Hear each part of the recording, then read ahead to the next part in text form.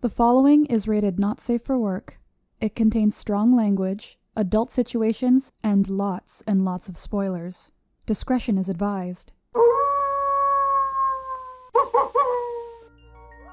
In the criminal justice system, cinematic-based offenses are considered especially heinous.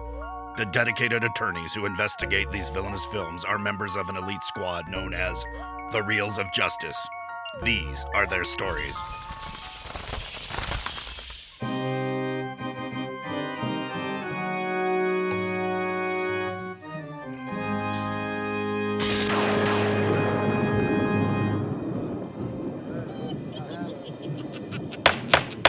Order, please, order. The Reels of Justice is now in session. Judge Big Ben Haslard presiding. We all rise for the Honorable Judge Haslard.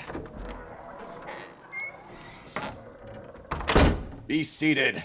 Welcome to the Reels of Justice, Hell on Reels. Today we're here in the case of The Abominable Dr. Phibes versus Theater of Blood. The Abominable Dr. Phibes is a 1971 horror comedy about a supposedly dead concert organist / theologist who systematically murders each of his dead wives, doctors, one by one, to the themes of the 10 plagues of Egypt. Theater of Blood is a 1973 horror comedy about a supposedly dead disgruntled thespian who systematically murders one of his critics, one by one, each to the theme of a Shakespearean play. Now, in spooky civil cases like this, the council appointed... Spooky. It's a spooky civil case. Come on. Now, in spooky civil cases like this one, the council appointed to represent each film will present their case for why theirs is the superior movie. And ultimately, the jury will render its verdict as to which is in fact the better film. The other shall be cast for all eternity into the fiery pits of movie hell, upon which this courthouse just so happens to be built.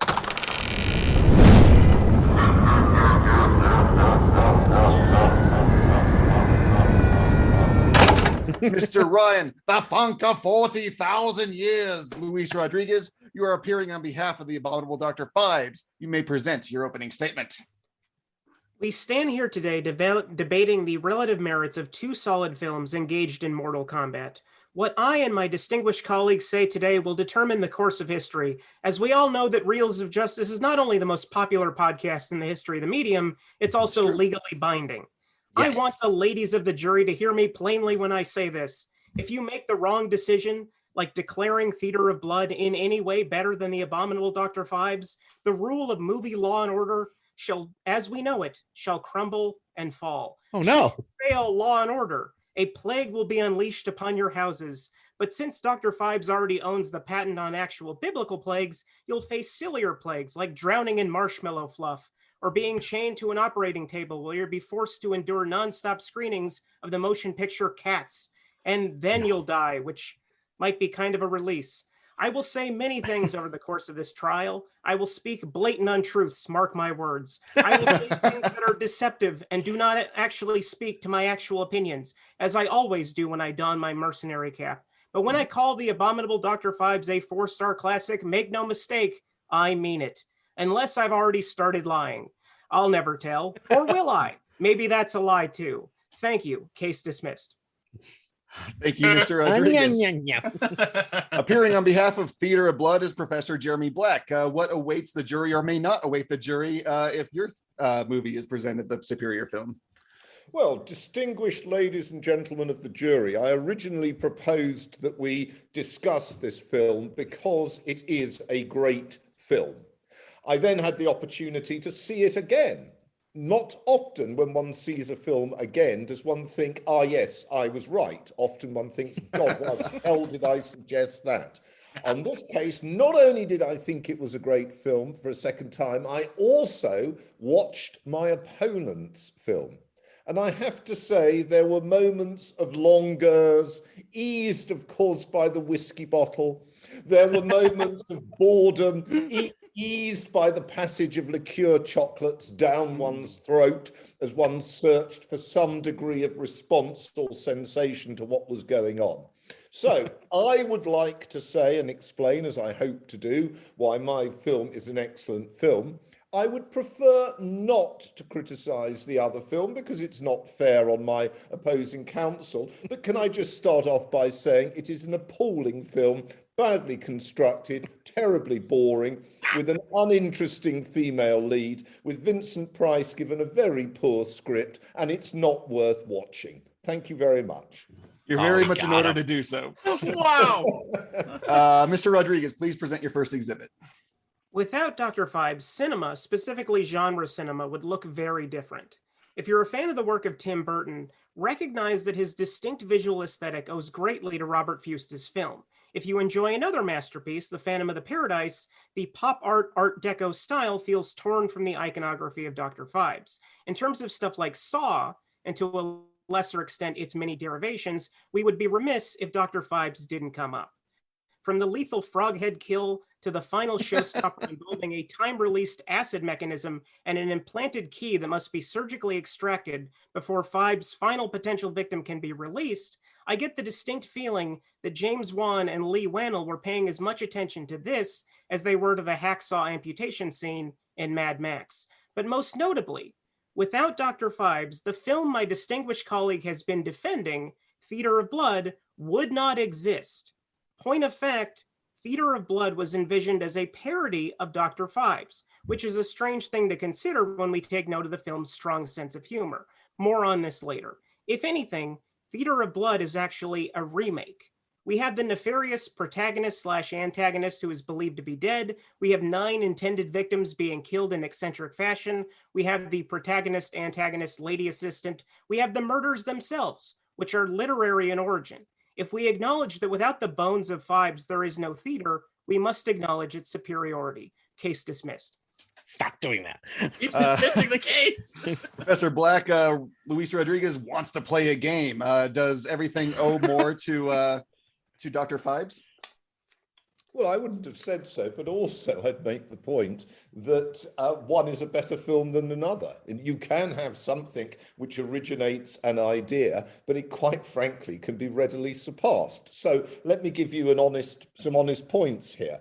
On Dr. Phibes, apart from Terry Thomas, who is good with his drunken lechery, or would-be lechery, can anybody name any of the supporting stars? Whereas if you're looking at Theatre of Blood, you have an absolutely phenomenal supporting list of stars. Everybody from Michael Hordern to Jack Hawkins, Arthur Lowe to Eric Sykes. I mean, they basically went through and saw who was good on the English stage of that period. Second of all, yes, there are female supporters, but the female supporter in Dr. Phibes just moves around the place, whereas Diana Rigg plays an important role in Theatre of Blood. And I think if only on that one, the better female lead, Theatre of Blood, is infinitely a better film. But lastly, the Theatre of Blood is much more wittily scripted. Vincent Price gets much better lines, and the interplay with Shakespeare is rather funny. Whereas, quite frankly, who cares about the plagues of Egypt? They're not really terribly resonant, and they don't interplay very well with modern culture. All right, thank you, Mr. Black. Mr. Rodriguez, your next exhibit. Where Abominable Dr. Phibes succeeds best in comparison to Theater of Blood is the visual aesthetic. Where Theater of Blood looks fairly straightforward, occasionally drifting into the realm of unambitious television with repeating patterns of two-shot close-up, wide-shot, two-shot close-up, Dr. Phibes is one of the most cinematic films of the 20th century, all without overdoing it. The sets are relatively spare and unfurnished, but in a pop art deco way. Pop art deco, if you will. The contrast between light and shadow, between furnishings and negative space, is like expressionism in vivid technicolor. A beautiful marriage of cinematography and production design that especially stands as a marvel when you consider that it was produced by the penny pinchers at American International Pictures. There are images in Dr. Phibes that have stuck with me over the past decade of movie watching, even as films seem to leave my faulty brain as I'm watching them. Specifically, the moment where Phibes' third murder victim has his head crushed inside the oversized frog mask, the cinematographer uses a slanted staircase in the frame like a Dutch angle, creating the sense of visual imbalance that makes something suggestive feel palpable and impactful. The abominable Dr. Phibes is drowning in such moments. Case dismissed. Stop Still not yet, Mr. Rodriguez. We've got a few more. Oh, when can I go home? You are Mr. home. Black, does Dr. Phibes have better iconography and better cinematography? No, it's good iconography and it's good cinematography. And I thought the point about that death and the body rolling down the stairs is well observed. But I'm afraid to say it's a boring film. I mean, in other words, you can have some good visual images. They can make for a very good lecture. We've just heard of excellent lecture for somebody doing film studies. That's fine. But it doesn't actually mean that the punters are going to enjoy it. And I mean, I watched both films with my wife. My wife said, and I felt the same on Dr. Phibes, why the hell are we watching this? And I said, well, we've got to watch it so I can discuss it.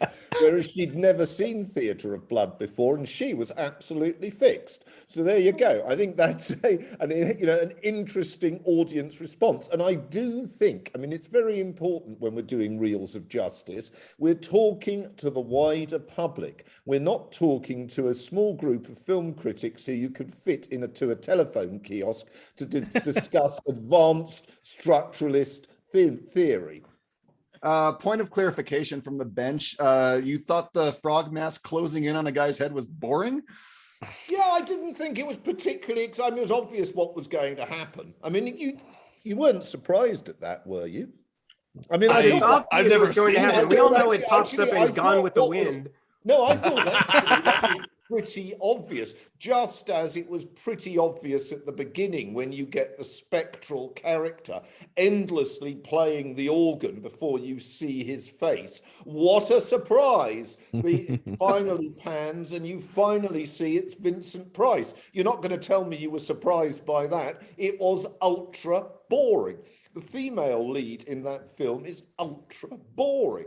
Now, I mean, I had to be interested because we were taking part in this program, but it's not a film I'm going to watch again, whereas Theatre of Blood, I'll happily watch again. All right. Thank you, Mr. Rodriguez. Your next exhibit. Since both films on trial here today involve Vincent Price in the lead role, I want to bring up the issue of performance. It's hard to discount Theatre of Blood in this respect. It was Price's favorite performance of his, and it's easy to see why. He got to play an egocentric actor and do nonstop Shakespeare monologues and murder critics.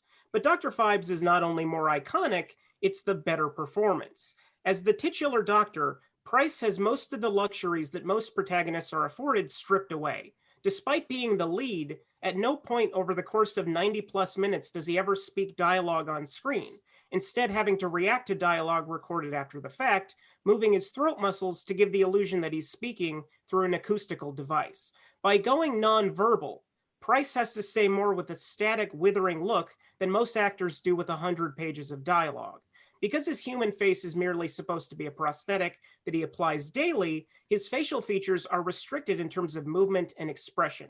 He can't even arch his eyebrows. He has to be so stiff. He's so good that it becomes clear that he could have been a horror superstar even in the silent era, like Lon Chaney, demonstrating this uncanny sense of maximalist minimalism. And if that's not actually a thing, let's just agree that he invented something like it and give it a better name. Thank you. It is now so written. Mr. Black, is the performance better in Theatre of Blood? I think the performance is very good in both of them. I think the performance in Dr. Phibes is more statuesque, if you like. In other words, he's slower moving. He's presenting, as Learned Counsel has said, he's presenting a rather disembodied image. I don't think that comes with the fluidity of acting, which you ironically get when he plays Edward Lionheart, who of course is an actor. And you could argue that what really brings out the quality in Theatre of Blood is the very plot is designed to enable him to be both a great actor and a great ham actor, both in the role he is playing and the way he plays it. And that combination makes for something that's particularly impressive.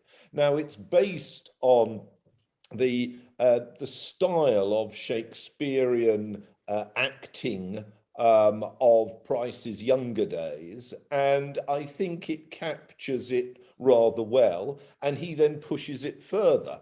And there is the interplay in that, of course, with the critics. Now, I think it's fair to say that acting cannot take place in a vacuum. And I mean, I suppose it could, but I don't think it can convincingly.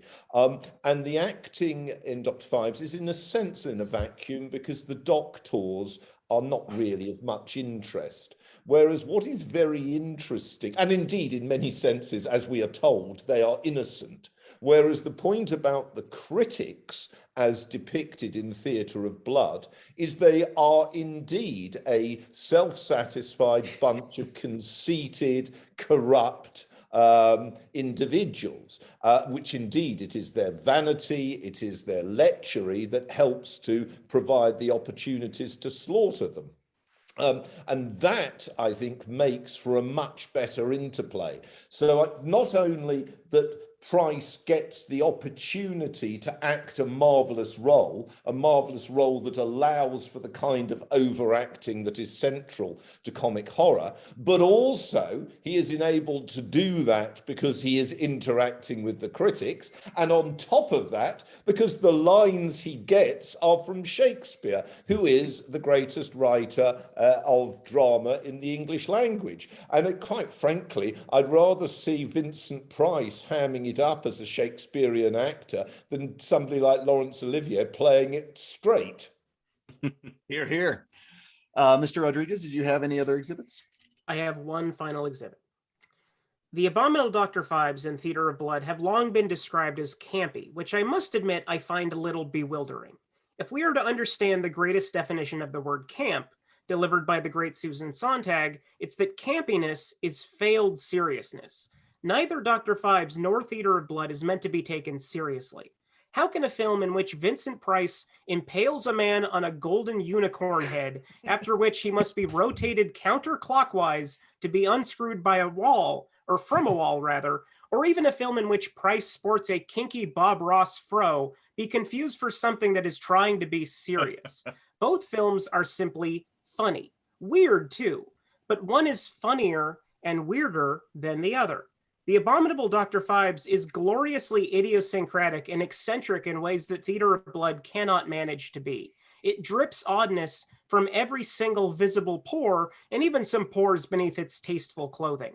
How can you top something like the Clockwork Wizards, a life-size anthropomorphic wind-up band that plays soft jazz from the 1920s and allows for some plot-tangential dance numbers, or an animal head masquerade ball, or Terry Thomas being drained of all of his blood inside his body as he watches black and white stag films projected in his study, or Locust devouring the skin of a nurse's face after she's slathered in Brussels sprout slurry. Must I go on? No, I shan't. I rest my case. Thank you, Mr. Rodriguez. Mr. Black, does the extremity of the weirdness of Dr. Phibes help it more than Theatre of Blood? Well, I certainly agree it is weirder and more idiosyncratic. I think there's no doubt at all about that. But unfortunately, it wasn't trying to be science fiction. There are science fiction moments in it, particularly the female lead, but it doesn't work because they don't link up really with the horror. As far as the Theatre of Blood, in contrast, is concerned, obviously it's a fantasy. But it is more grounded in a story. It's actually particularly grounded in what is really quite, and I've been discussing this with people, quite interesting, which is a view of London in the early 70s, which is very different from the London of the swinging 60s. This is a London of decay. This is a London in which the elite is still there, but actually, as it were, the others are round the corner, envisaging their death. Incidentally, Dr. Phibes, as you will notice, is very poorly set in its chronology, so that you've got, for example, the doctors, some of them wearing 1920s uniform, as it were, 1920s clothes, and driving 19-teens cars, other episodes which are more up to date. So there's something gone badly wrong there, whereas there is actually a tightness to Theatre of Blood, a tightness which is set in specific locales and specific places in London which work. Lastly, for any author, and I am obviously an author, there is something that is particularly attractive to see the self-satisfied and corrupt world of critics being dumbed down. I mean, anybody watching that who is British can think of, for example, the complacent sort of self-appointed cohorts of the British Academy being slaughtered one by one in some fashion like that, and think, yes, there is some just desserts. Also, I think it's very difficult to think that of the doctors in Dr. Phibes. So there is, in fact, I think, actually a kind of moral quality there, and the moral quality is quite interesting because the actor himself has been harshly treated. He clearly is a good actor, and some of the criticism thrown at him is clearly by critics who are happier to produce demolishing lines than to make anything accurate. But on top of that, he has recruited people who are down and outs and genuinely have been harshly treated by society. And the image at the end of the theatre in flames is a really interesting image of a culture without values and a society in crisis. So although there is a comic quality to it, it is in some ways more effective as nightmare than the clear science fiction posing, sort of very low-key science fiction, sort of, an actress wearing not very much, moving around in a slightly ethereal fashion. Well, that might or might not please film critics, but it actually just doesn't work. It's not the stuff of nightmare. And as my learned colleague said, there is not something really convincing about the deaths in it, whereas there's something much more convincing about, say, Leslie Phillips held down in a butt of wine with his legs kicking until they stop. There is something, really convincing about the thud as Dennis Price is killed. There is something there that is more gritty, more felt, and more able to communicate what violence is about than the other, which is just, a sort of fun with cameras. Mr. Rodriguez, do you have a rebuttal? I do want to speak to the anachronistic quality of Dr. Phibes, which my distinguished colleague has presented as a negative, but I believe that it is entirely a deliberate choice. You're not going to set a movie in the 1920s and have somebody play a Frank Sinatra song and do that accidentally. There's no way that somebody said, oh yeah, he's old, right? So that's back in the time when we had old songs. So no one will notice. No, it's entirely intentional. It's supposed to be part of the whole. It's supposed to be part of the entire, the milieu, if you will. I don't even know if I'm using that word right because it's the first time I've ever used it in my entire life. The umami. The umami of the movie, right? Yeah, sure. The umami, whatever. It's supposed to be it's a lot like Flash Gordon in a way. It's supposed to be out of time. Flash Gordon. Yeah, it is like Flash Gordon. Absolutely right. But it's not supposed to be Flash Gordon. That's the point. It's supposed to be a horror film. And it isn't a horror film. It has, as I've said, this science fiction just wafting into it with a lot of sort of dry ice as well. And, bits of it work. I actually agree with you. I liked the jazz band. I thought they were great. I thought they were overplayed, but I thought they were great. But, a lot of the rest of it, I mean, why do we need this Flash Gordon kind of feel to it? Well, I mean, I don't think we necessarily need any movie, but we want to have them. And I think that what the movie is trying to accomplish is not necessarily trying to be a traditional horror film. So if elements of it don't work as a horror movie, well, it's not exactly trying to go for that.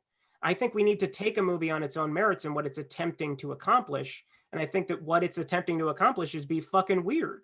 And it accomplishes that wholeheartedly. Mr. Good Black, point. did you have any exhibits to bring forth? Well, I think weird, yes. I think he's right. I think he's right about that. It is weird. What else would I like to say about the Theatre of Blood? I think the individual fates of the critics are sufficiently varied. I mean, obviously, there's the constant of Shakespeare, but they're sufficiently varied to provide drama. There is for those of you who know Shakespeare, there's the fascination of seeing how they're going to do it.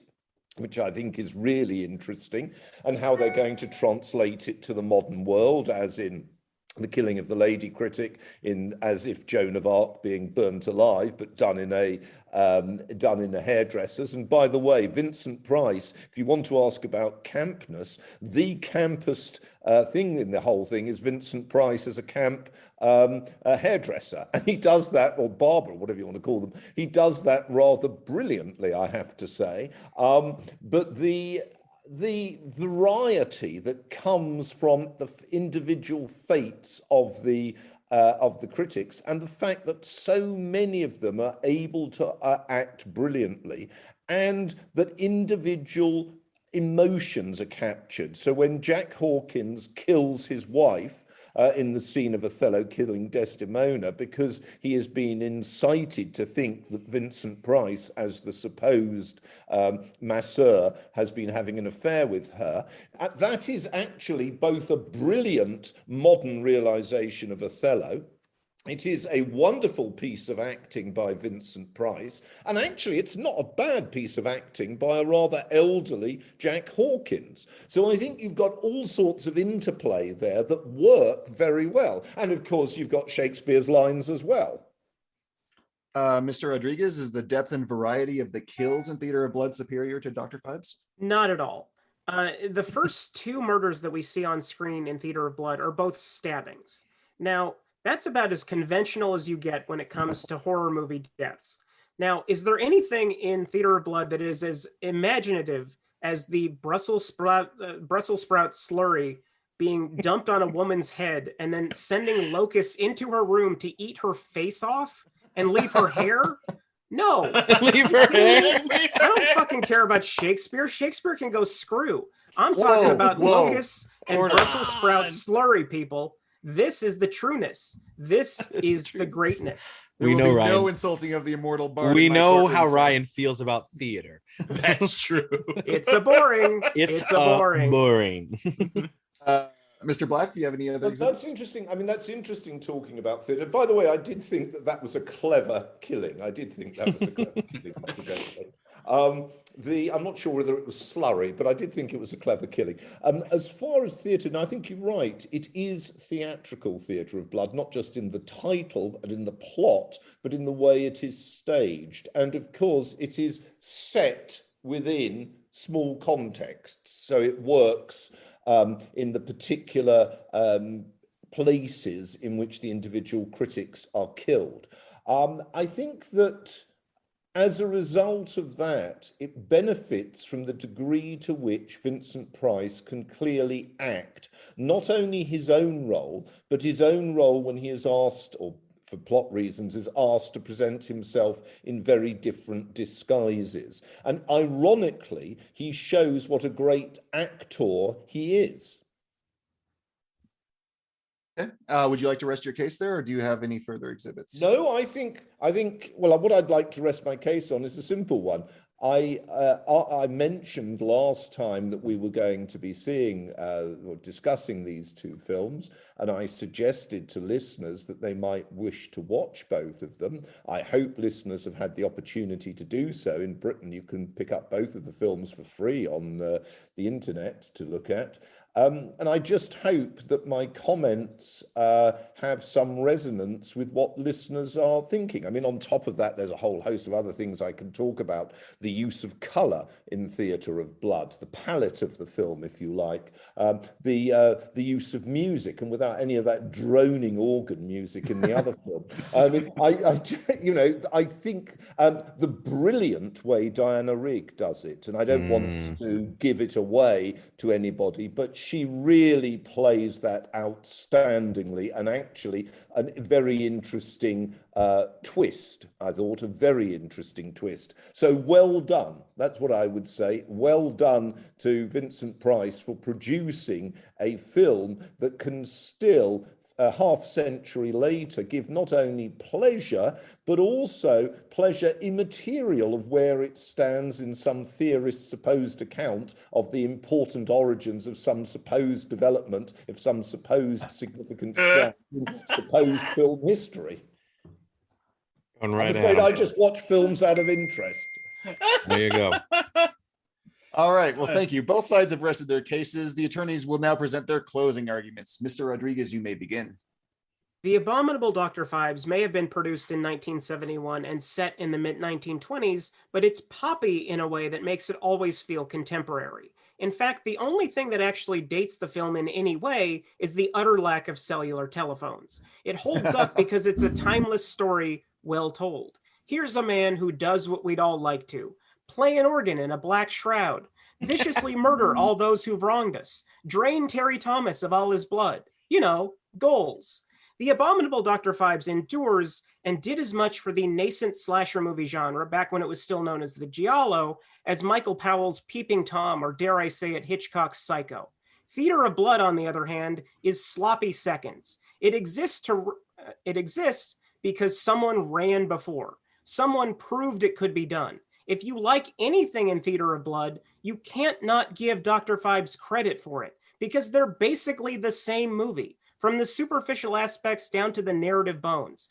Make the right choice here today, because I would really hate to have to don a prosthetic mask and wig and hunt you down in increasingly eccentric ways. Okay, so I wouldn't hate it so much. I just probably, I'd get into it. But we should all agree that I shouldn't do it. Shouldn't. Just in terms of legality. Thank you. Case dismissed once again. Oh, God, again. Thank you, Mr. Rodriguez. Somebody get his therapist on the line really quick. Mr. Black, you may begin your closing argument. Well, yes, it's interesting to hear an American account of that. Of course, the American actor in Dr. Phibes is not really one of the better characters in it, is it? I mean, it's a really quite weak film. It very much focuses on the man at the top. And, I'm an admirer of Vincent Price. And I can see that you can link his films, but I don't actually find Dr. Phibes one of his most convincing ones. And I don't find that it gives him an opportunity to act as much as the other film does, the one I'm talking about, in which he's able to play a whole range of roles, some of them quite surprising. I mean, the policeman near the beginning, for example.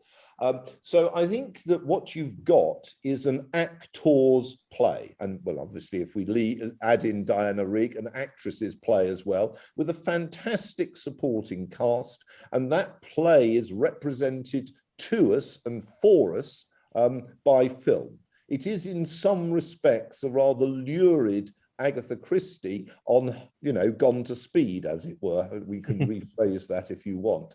And to me, that works beautifully. It's a wonderful entertainment. It doesn't really terrify you, but there are some particular moments that will give a lot of people qualms. The risk to the eyes at the very end for the hero. The killing of Robert Morley with his dogs, brilliantly comic, incidentally, but also rather unpleasant.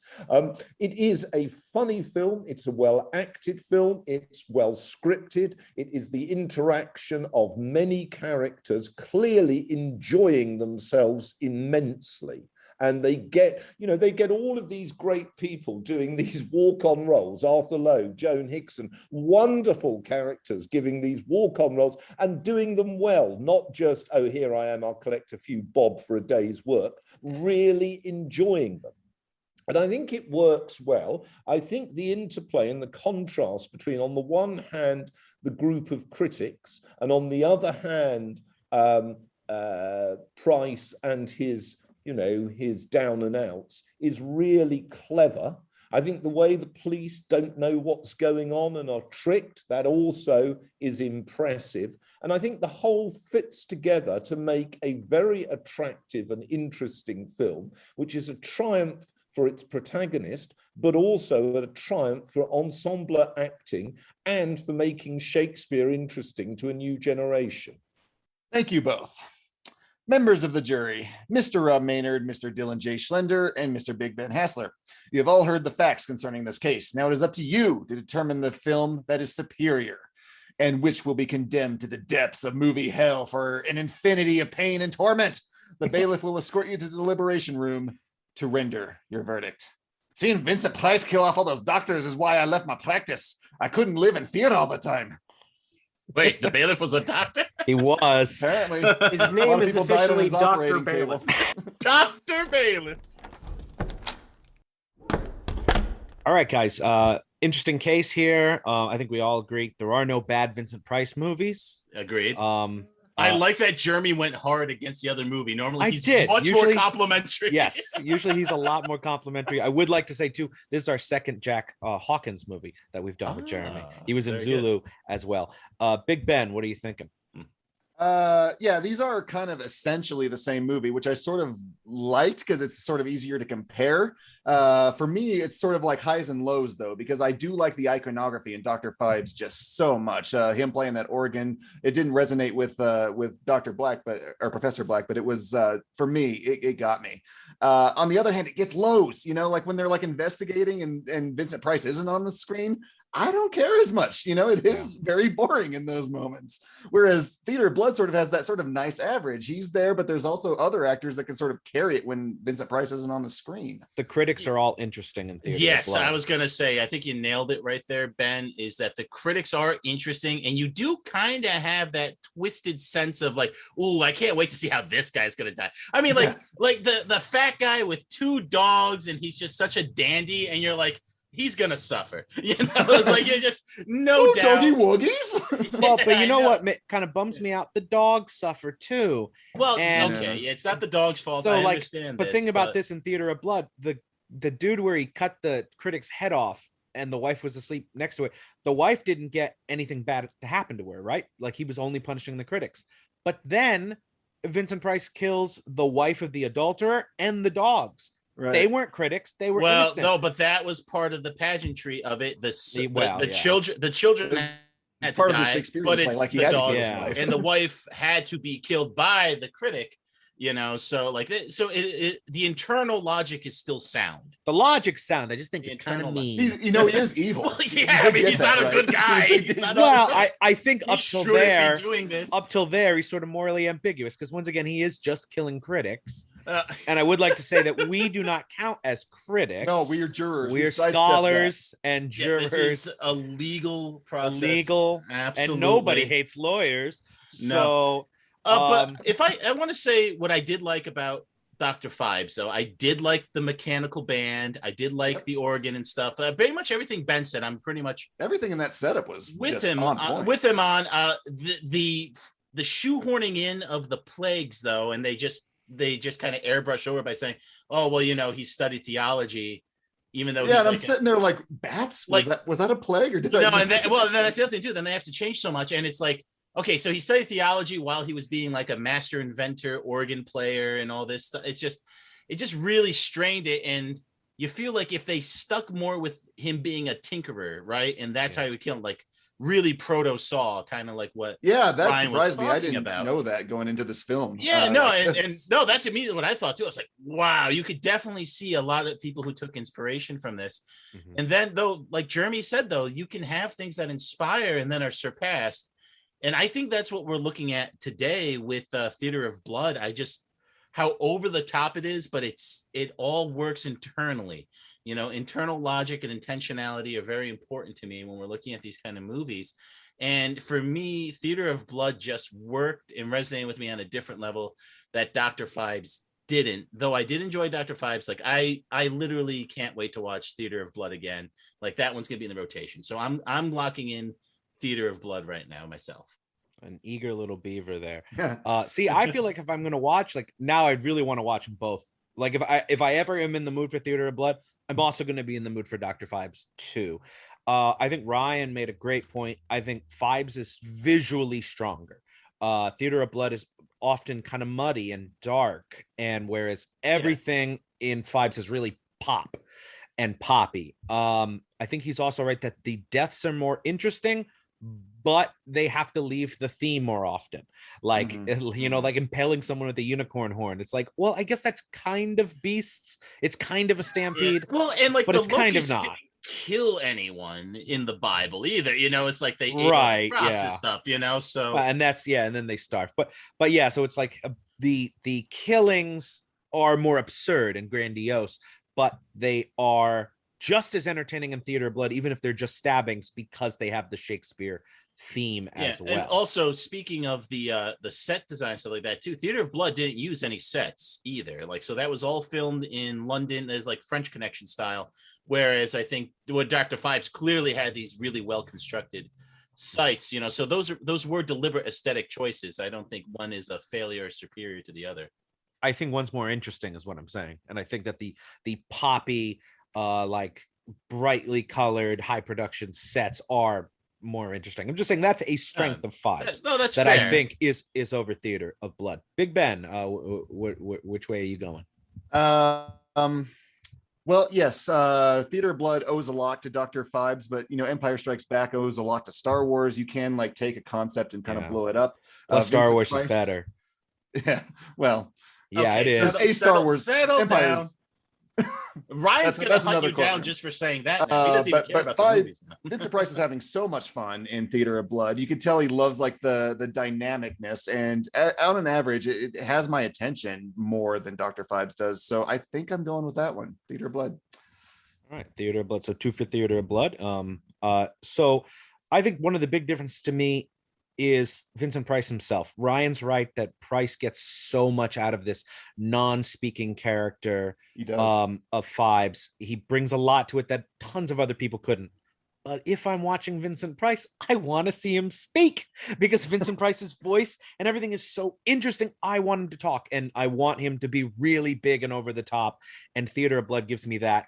And then the real cherry on top, the reason I'm going Theater of Blood, Diana Rigg. Yeah. Diana Rigg, Be Still My Beating Heart. Diana Rigg is hot as a dude with a mustache and an afro. She's still hot.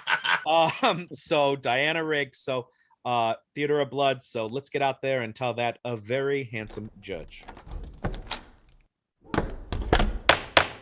Mr. Foreman, have you reached a verdict? We have, Your Honor. In the case of The Abominable Dr. Phibes versus Theater of Blood, we find in favor of Theater of Blood. The verdict is so rendered. Even though Theater of Blood is rendered the superior film and the sentencing for Dr. Phibes is to be cast into movie hell, I'm going to lighten the sentence just because it's such a good movie and condemn it to movie heck, which is much nicer this time of year than movie hell.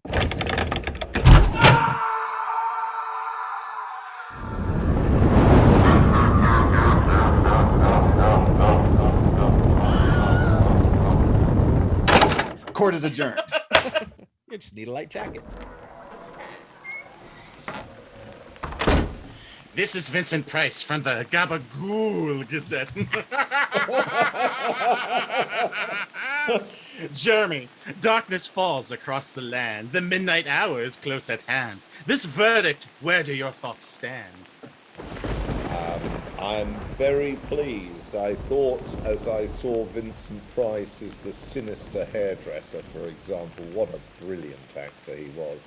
You can take him out of his opera coat, you can take him out of all of his usual sort of accoutrements, and he is a brilliant actor with a capacity to kill. So I think that Vincent Price comes through in that film as somebody who is both witty and deadly. And can I just say, on the whole, I don't watch horror films today because they've lost their wit. And to me, a key thing in film is that it should have some wit. Wit can take different forms. And one of the great things is there is no one, whatever the theorists may say, I'm very low on theorists, whatever the theorists may say, there is no one way to wittydom, as it were. I know there's no such thing as that. To me, Vincent Price on good form is fantastic. And if I can just end my comments on one particular point, I agree that the set in the kind of with the figures playing their jazz orchestra was really beautifully done. I agree with that entirely. But one of the things that I thought was really interesting in Theatre of Blood is the success that they had of using sets in a derelict London. And I thought that was really good. And it looked towards, for example, the end of Richard III with Ian McKellen playing that in a disused power station. And I like that, using real locations for film. I think that's a great thing because that also, to my mind, brings out the brilliance in the direction and the brilliance in the conception of the film.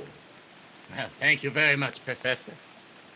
Ryan Luis Rodriguez, though you fight to stay alive, your body starts to shiver. For no mere mortal can resist a head-to-head. Did it deliver? Bullshit. Bullshit. That's how I feel about this fucking verdict. Bullshit. Thank you. Almost as eloquent, huh? Almost. That would fit on a page. The foulest stench is in the air, the funk of 40,000 years. Now for post-trial analysis, take care. The Gabagool Gazette. That's like the that. single best joke we've ever made. And it took us we've done Hands this like down. 8 episodes. It would have never made sense before, and No. perfect. It's all been Perfect. leading to this. Hey, Great case. I liked awesome both case, movies, guys. though. Both I- movies are really good. I That's- did like both, it's but they good. were for different reasons. I do think we came to the right verdict. So a great one. Jeremy, what has been keeping you busy lately? We haven't talked to you in weeks. Well, He's already written 5 books since then. Five Oh, books. man. I've no, a couple of books. I've seen the 2 books come out: The Short History of War with Yale and England in the Age of Dickens with Amberley. So I've seen both of those. I've been reading Smollett, because I'm writing a book on Smollett. You'll have never heard of Smollett, but he's a great and very powerful 18th century English novelist. And I've been reading a lot of detective stories because I write a regular piece on detective stories. So I've been reading some new ones for the next piece. So yeah, I've been busy. Very. Awesome. And Jeremy, you said you were going to be lecturing again soon. You're going out and about town. Yeah, I mean, I've retired from the university, but I still lecture when I like it. If people will pay my rail fare, but if they don't want to pay my rail fare, I'm quite happy to do it for a bottle of scotch on a Zoom.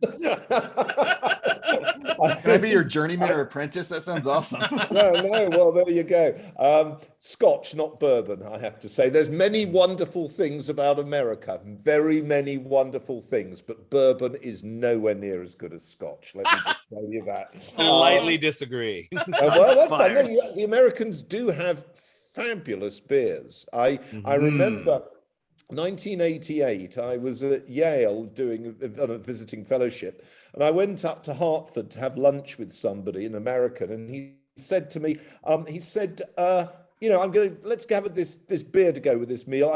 You've never have heard of it. It's really quite good. And it was a Sam Adams, and I'd never had a Sam Adams before. Nice. And I came back to Britain saying, the Americans have really got some good beers, and everybody thought I was crazy. But obviously over the last 20 years, beers like, we're talking about major beers like Yingling, but also all the local beers Yingling, are yes. fantastic. Good call. Absolutely fantastic. And I actually now often prefer American beers. Although I'll tell you that one of the things about Hartford, it was very hot. It was in August. And I had to wait for a train back to New Haven. So I went into the state capitol, the grounds, and I thought I would, cool off by standing near the fountain, which was, because of the wind, was blowing water outside where it was supposed to go. And I discovered very rapidly that in the state of Connecticut was using recycled water. We don't clean it either. Yeah. Well, if you are stateside, we're in Connecticut. We're make in sure- Connecticut. You make too, sure you so- stop by. Oh, well, I'll and- tell you the and other see thing. I us. went back to New Haven. I can remember the other thing. Do you remember that was, I think I'm right in saying, the summer when somebody put a mouse's head this was a shakedown, in some Coors Light beer in a supermarket. And the joke that was going the rounds was they were doing that to put some taste in it. Oh, yes. I mean, I'll drink a Coors Light if you hand it to me. Now, if you like Yingling, the black and tan, Yingling's black and tan. Yeah, Jeremy, when you excellent. come to America again, there are so many more local Yes. beers you're going to have to try, and we will hook you up. We have tons and tons of beers. They're very good. So we'll do that in the very near future. So since it's Halloween, we always, and we're doing the hell on reels. We've been asked our guests for a spooky movie for their recommendation. We got them all day, folks. So, Jeremy, what is a horror or scary movie that you think people should check out? Oh, well, I've already mentioned it once, but I think it's absolutely brilliantly funny, and I do like humor, and that's Billy the Kid Meets Dracula, 1966, directed by William Boudin, a wonderful film. It was designed to be one of two. The other one was, I think, Frankenstein meets Jesse James. Jesse James. Yeah, Frankenstein's daughter, I think, meets Jesse James. Yes, like but it's Jesse James who meets him. I have them both. I mean, they are hilarious, and they're worth seeing because bad films are often more funny than more worth seeing. We definitely see that. Now, you used that last time though, so do you have another one? We'll do the Jesse James one. Well, actually, we will do the Jesse James one. We'll do so you'll have the whole whatever that series is. So I think that's Jesse James meets Frankenstein. That whole maybe it is Frankenstein's daughter. The whole umami. The old umami of it. Now you're on the trolley, Ryan. So Ryan, what is your recommendation? My spooky recommendation this week is 1964's The Mask of the Red Death. Yeah, it is a sinister gothic descent into hedonism and sadism that is so stunningly photographed and full of outstanding production value that I almost can't believe Roger Corman was involved, much less believe that he produced and directed it. If you want to see the high point of the Corman and Vincent Price Edgar Allan Poe adaptations, look no further. You can rent it on iTunes, Amazon, and YouTube, or you could pick up the Shout Factory Vincent Price collection. It is definitely an investment, but that set has several of the Poe adaptations as well as Abominable Dr. Phibes. And it's only like 30 bucks. Can I just say, I agree with that. And obviously, for my interest in detective stories, Edgar Allan Poe had an ability to add a horror dimension to detection, which most detective writers, however much they try, never manage, because he was able to make the horror both physical and psychological. It's the laudanum.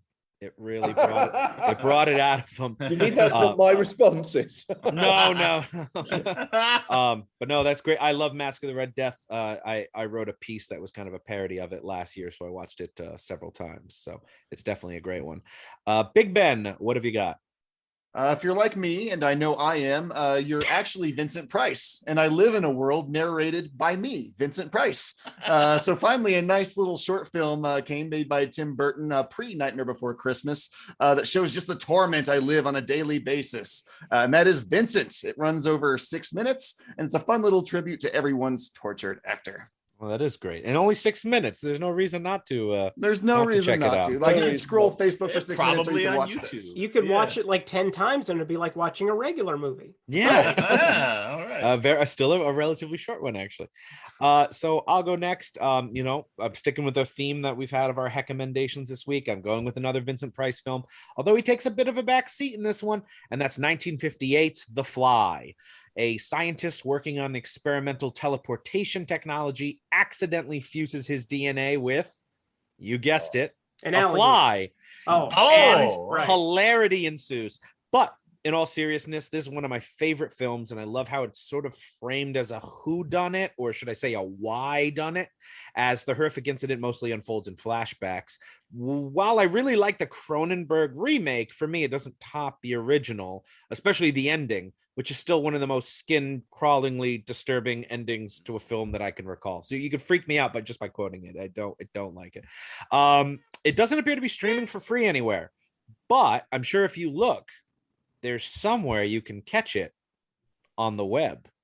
Oh, boo. Well, folks, we're all on a show. I'm skipping my recommendation. Actually, no, I'm not. I'm going to say, while we were watching Dr. Phibes and I saw Terry Thomas, I was like, man, why does this guy look so familiar? I've seen him in a movie before.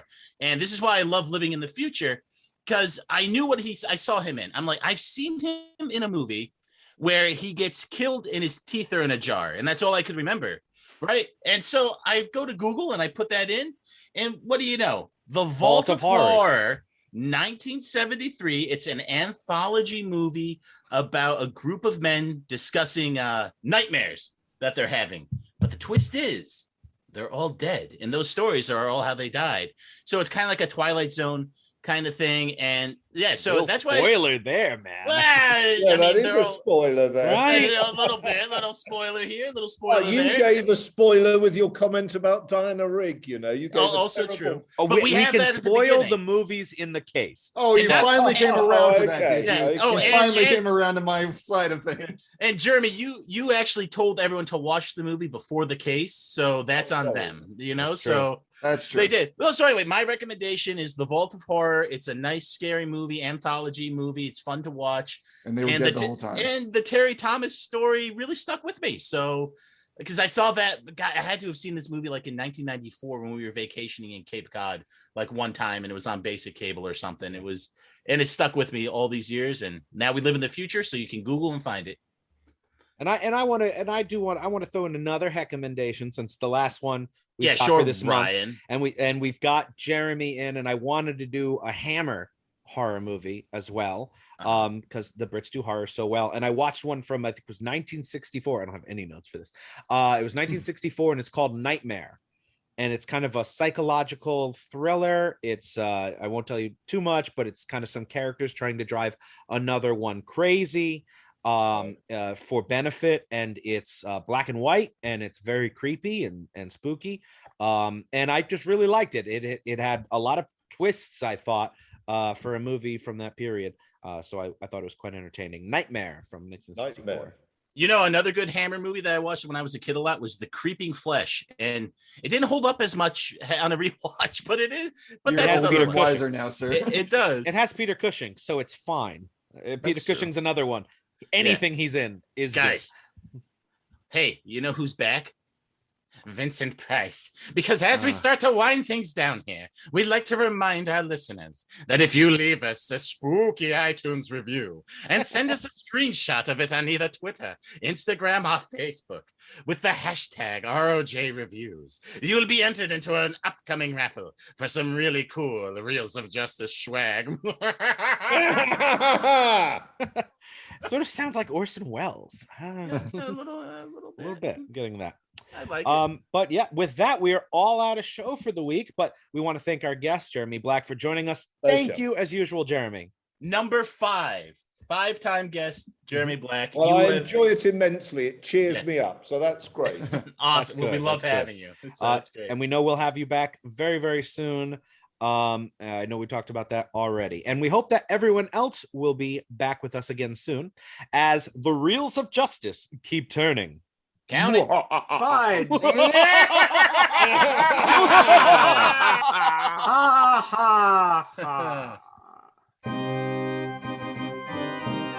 Please follow us on Twitter at Reels of Justice, Instagram Reels of Justice, and Facebook.com/Reels of Justice.